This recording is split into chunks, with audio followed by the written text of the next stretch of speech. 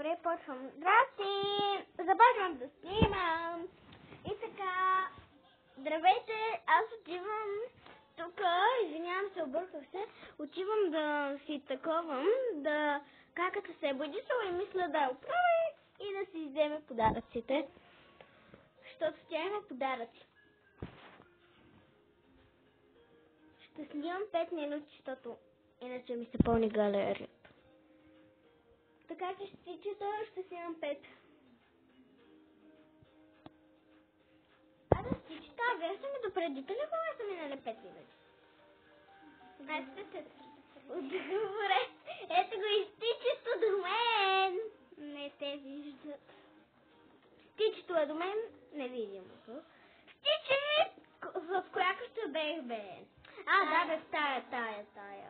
Абе, тя май беше на първия етаж или на втория? Май на втория. Абе, стичето, аз забравих на кой. Знаете ли, че аз имам нов екран и ще снимам и за Brawl Stars. Имам златния. Драго. Да.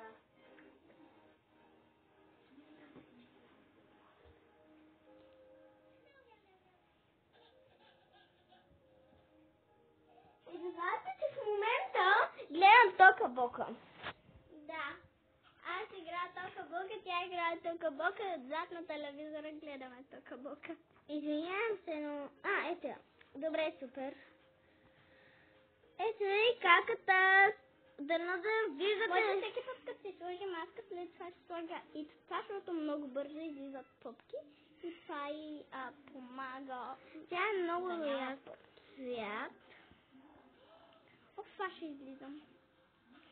Да. А тя сега ще ходи на фризьор. Тя сега ще ходи на фризьор и после отива на... Не знам. На даскал, може би. Така.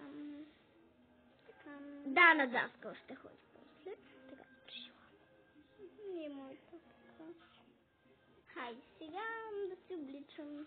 Моля любим път да не се излагам. Добре, отивам. Не са без телефон. Не, аз нямам раница. Трябваше да взимам и малките ми сестри. Блак. Мама ми каза да взимам малките ми сестри. Така че слизам да ги взимам. Те ще се бои. Малките да се бои, да. Те много обичат. И това ще им бъде по-късно път. Защото много се. И най-накрая реши да го бои. Мамо, е така ли се прави? Да. А ти попила?